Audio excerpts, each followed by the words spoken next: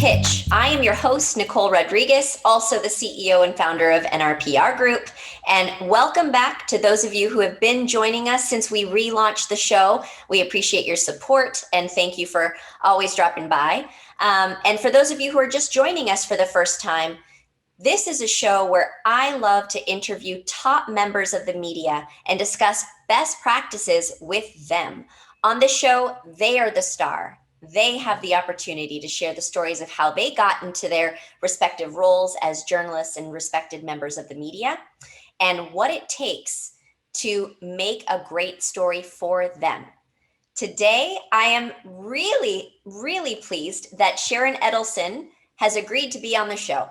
Sharon is a Forbes contributor. She covers e-commerce, retail, fashion, and now technology and NFTs, and even more.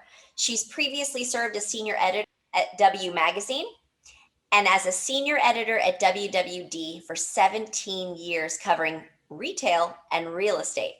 Sharon and I got to meet because we got to work on a story with a client, and one of them being Oasis Digital Studios and Ruth McCartney. So we got to know each other there. And Sharon, I just loved your energy. So thank you so much for agreeing to be on the show. It has been a blast getting to know you since, and I'm just so happy that you're on Perfect Pitch. Thank you for having me, Nicole. I'm really thrilled to be here. Yeah, no, your energy was great. Ruth enjoyed chatting with you. So I just felt, this is great chemistry. Let's move this forward. So you are now at Forbes, and I think it's important for people to really understand how you got here. And now that you have been with Forbes for quite a while, what does that mean in terms of how much they trust you with story ideas and how much creativity you bring? So we would love for you to back up just a little bit and let us know how you got here. Okay, well, I graduated from Boston University. I'm not going to say it all started at a 60-watt radio station, but I went to BU. I went to graduate school for journalism at NYU, and I got my first job at AdAge. I was working there for about a year, and I switched to AdWeek. And I wanted to write about more, subjects than just advertising. So I freelanced for a while, and then I felt like it was time to get a job. I was getting married and wanted some stability. So there was an opening at WWD, Women's Wear Daily, the fashion trade magazine publication newspaper, and I got the job there. I stayed there for 30 years, believe it or not, working at Women's Wear and at W Magazine, where I, wrote feature stories. But it was a great education, such a great training ground. John Fairchild was the chairman, and he was, quite a personality and a force in the newsroom. And he just taught us, the best practices. It was really an amazing journey. And just before COVID, I left WWD. My husband was very ill, and I wanted to take care of him. So I got this role contributing to Forbes, which is wonderful, and they do give me a certain amount of trust because I really post my stories, and they know that I'm not going to post a story about hanging your underwear out to dry or something ridiculous. They catch up with my stories later, and if there any minor edits, they make them. But I really don't run my ideas by them anymore. They're just like okay, post it, and it's been great. Awesome. Well, thank you so much, Sharon. That's a lot of great insight too. I think, again, people take for granted that now with the introduction of citizen journalism, where anyone can be a blogger. They think, oh, Oh, that's journalism. Well, why would true. I need to go to school? Why would I need to do this? Right, Oh, I'm a right, journalist. And one, you were a journalism major. You also went to graduate school and, you continued your education. Like this is something that, hello guys, like this is something you have taken very seriously as a career. And I think just right, hats off to you. That's definitely commendable. And I think the power of the written word is sometimes taken for granted because so much gets done because of writing. right, So right, I encourage so many people. It's like learn how to write. Math and numbers are important, but right. writing, that's Well, I don't powerful. do math, so therefore I Yeah, write. same, But same. I think that President Trump really helped the profession, the journalism profession, because before, people weren't really keen on journalists, but then they saw all the information that was coming. Yep. It was really important. Yeah, and that credible journalists who, like you dedicated a lifetime to this, and I think that that's important, right? Like you wouldn't have spent 30 years at Women's Wear Daily Right, if no one was reading it or if you didn't find some sort of passion in your feature writing. So I think that's just incredible in general because those are two very well known and very well respected outlets. So, yeah, hats off to you for that. And again, writing for Forbes and having, I don't want to say carte blanche, right? But like at the end of the day, they trust you. That says something, right? So you being trusted because you know what you're doing, you know what makes a good story, you know what your audience wants, and so mhm, for the most part, you say that you're going to write a story, they're going to give you that green light.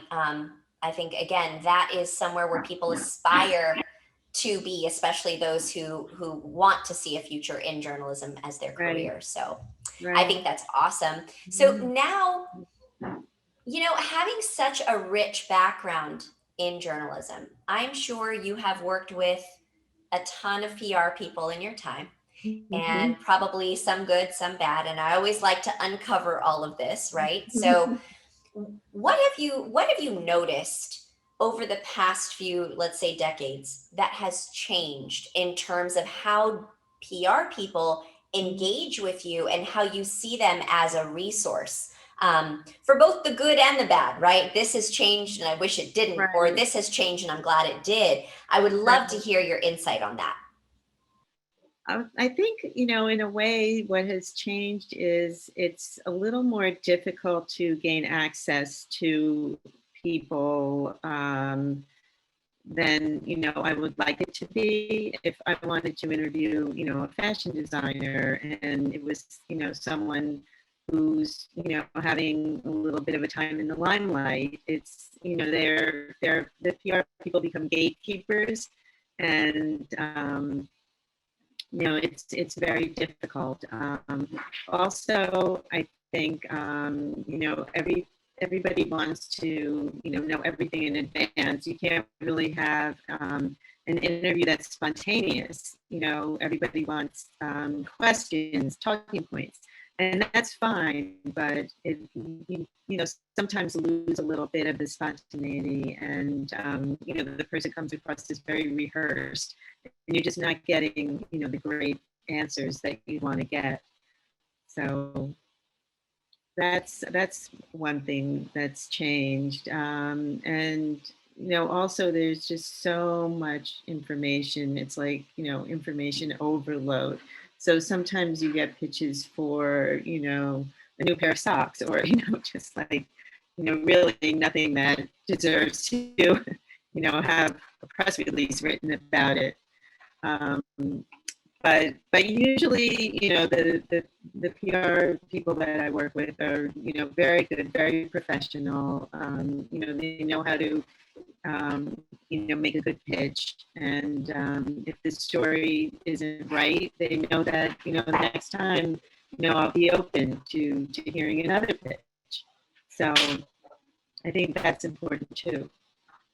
Yeah, you would think with the introduction of more tools that make things easier, make it, oh, well, we're more accessible because of email and cell phones and everything else. And you're right. I think it's actually made it a little bit worse because there are more things we can hide behind versus, okay, you just get somebody on the phone. But now there are all of these mediums. And I think just even contact overload, like, oh, I hit you up on Facebook, but if you didn't see that, I also got you on LinkedIn. I tried to email you over here. And, Right. all of these different places where it's like, okay, I think Yeah, technology yeah, yeah. did not simplify in a lot of ways. It overcomplicated and Right, added more pressures to our day to day. So, yeah, no, right. I definitely hear you on that. And the other great point that you made, Sharon, is that you mentioned that PR people are now, they become more of gatekeepers.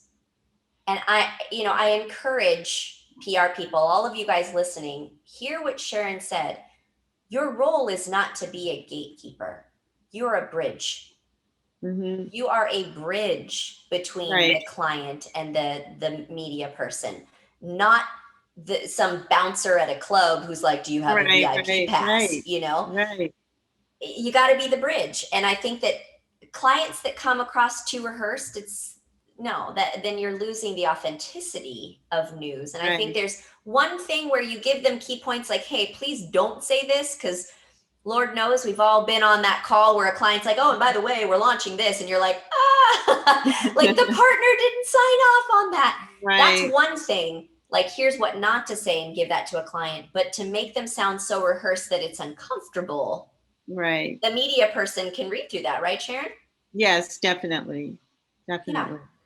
So yeah, I think there's a happy medium to this sort of art of interviewing in order to get a story written and Right, orchestrating it in a way that everyone wins. right, right. I mean, one thing that a lot of PR people like to do is, to forego the phone interview or the in-person interview and have, a list of questions answered via email. And that is really not always conducive to a great story. I mean, sometimes it does work, but sometimes it just really feels flat and not great. Yeah, well, I think, and to that point, I think this is something that people need to remember. Your soul comes through when you're actually answering, your heart comes through, that passion, and sometimes those really solid sound bites where it's like, oh, did I just say that? And that was brilliant. When you're able to look at something and over scrutinize it, you are judging it over and over and over Right, again, and like, oh, I don't want to send this to Sharon until it sounds just right. You're also ripping the right. opportunity for creativity to come through. And also, you're not allowing for follow-up questions, which can be really important.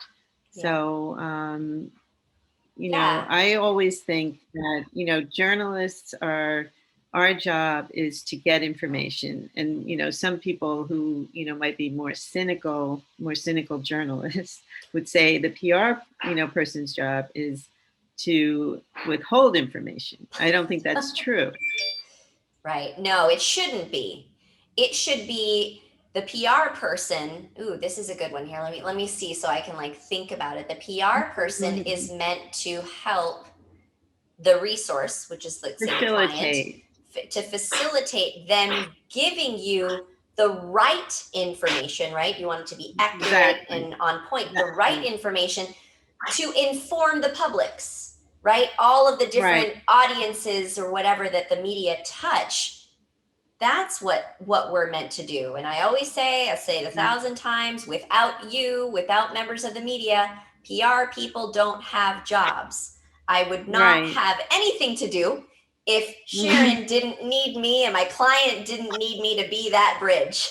So, Right. it's Absolutely. important that we do our jobs right to continue to be needed by the media. Right. Absolutely. Yes. Yeah. So that's a really good point. That's funny. Some of the more cynical, and I'm sure that they've met PR people who always have to say, who weren't taught the right way, who weren't taught that Right. we are meant to be here to help and not to be the bouncer at the club.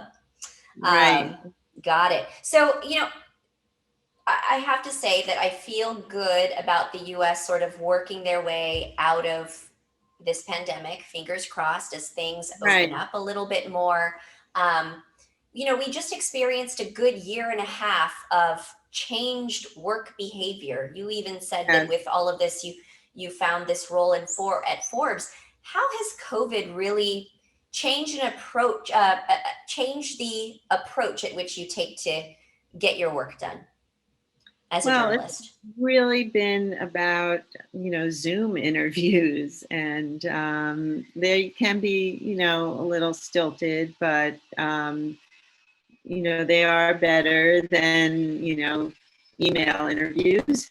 I did have my first in-person interview in the beginning of May. It was this fellow who worked at at Jeffrey, New York, a beautiful retailer that actually sadly closed during the pandemic. But this former buyer at Jeffrey opened his own store in the meatpacking district.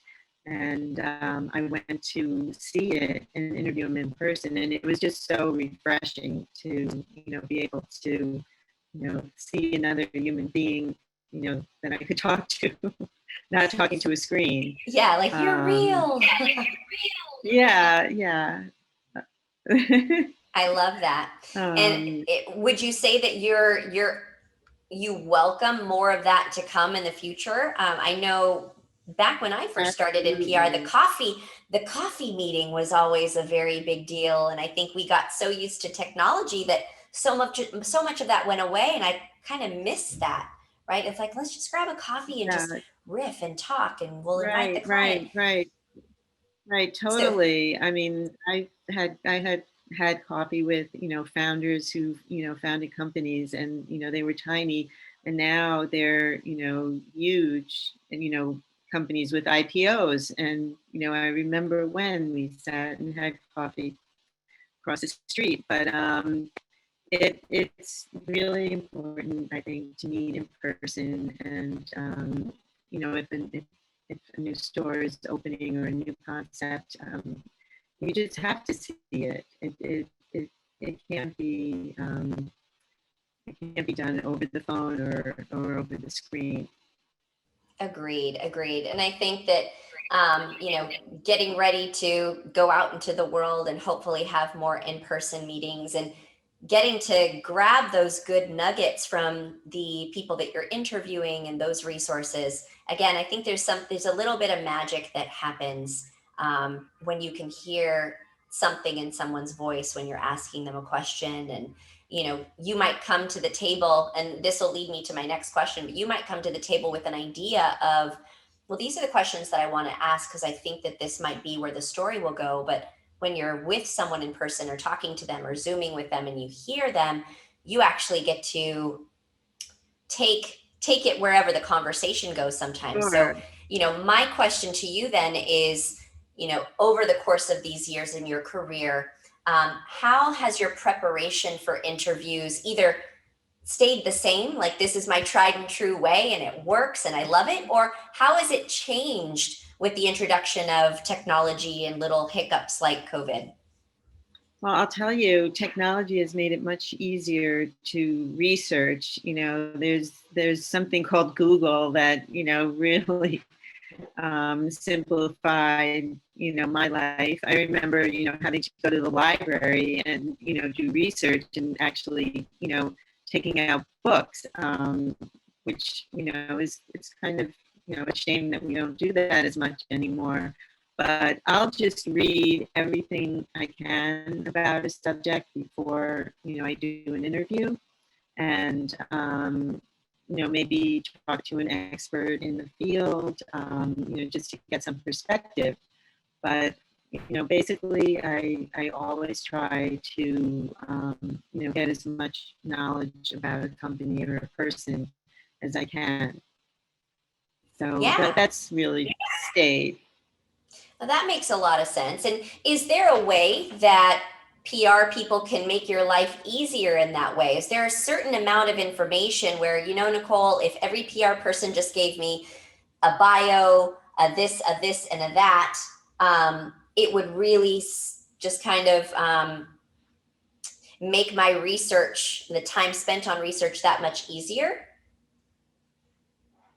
Yeah, I think, I mean, bios are always great. It's also, just good to, do some research on your own and, see what's out there, what's been written about somebody. I think, I have to go into an interview with, a good amount of knowledge about the person. Otherwise, I'm going to come off like an idiot.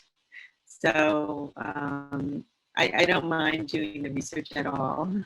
Nice. Yeah. And so that way it's, it's almost like you're studying them a little bit, and feeling like you've had a chance to digest Yeah. that person or the company and the industry, so that you can come up with more informed questions. That makes a lot of sense.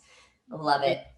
And the thing about me is that I interview the same people, over and over as their, careers change or, as they, climb, the corporate ladder. I go back to companies that I've written about before when they have, news. So I like to, have those relationships with people and, know when there's, some news that they'll be able to call me and let me know about it. Yeah, I love that. And, that goes back to relationships, right? It really goes back to relationships and people that you're interviewing, that you take a personal interest in, and that it's almost like you're cheering them on. And, at the next step, once you go up the Exactly. ladder, I would love to hear Exactly. that. Relationships go a long way in that, right? Yes, yes, definitely. And it's great to, to write about someone that you know and, whose career you've been following for a while. You get a lot of, satisfaction out of that. Hmm. And I think, they like it as well. Love it.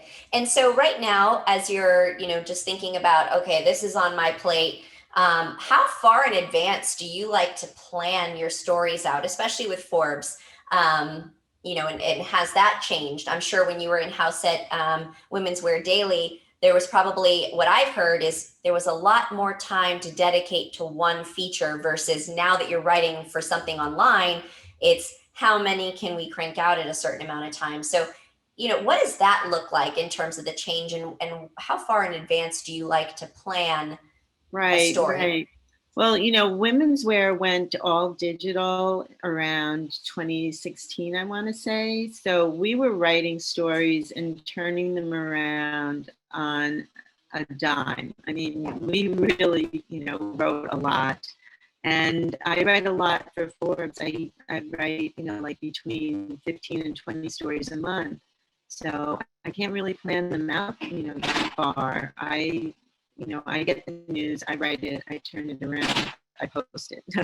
It's pretty quick. There are some stories that may have, maybe a trend or some other theme with, a number of different sources that, might work on a little bit longer. But a one source story, I can, write it in a morning or a day. Machine, I love it. That is a professional.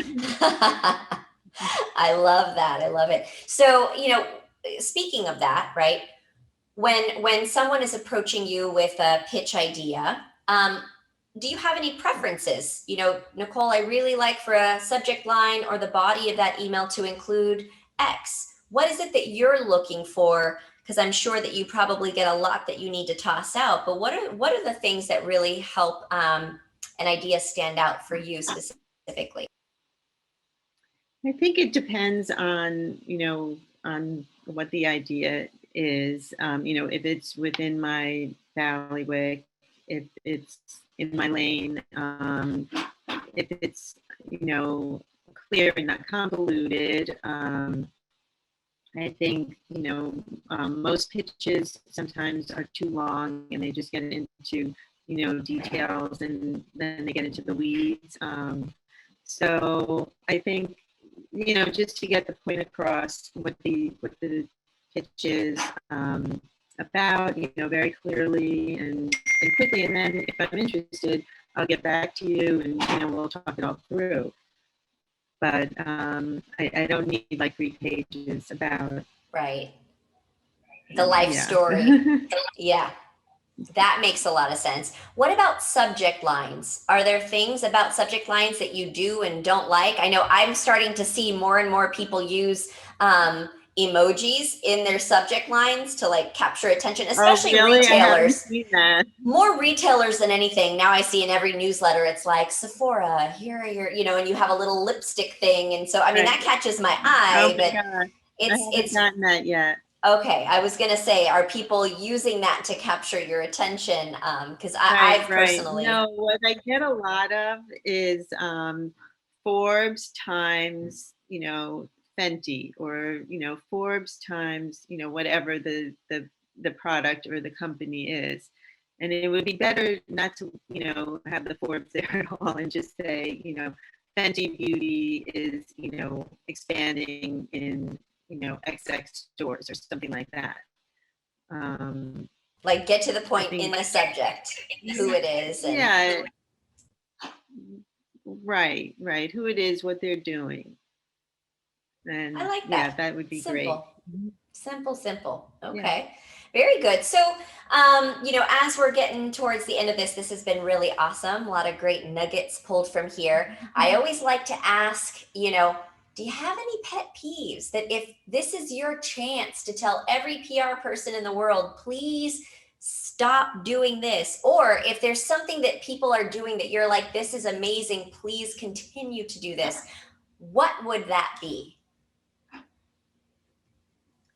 Well, I think I talked about my pet peeves. I think I'm always happy to hop on the phone and talk to someone.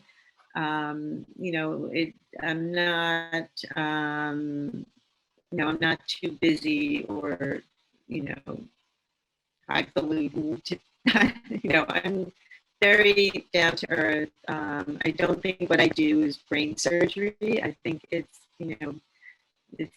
it's really not life and death. So if someone has a pitch and maybe I passed on it, you can send me a follow up. That's fine.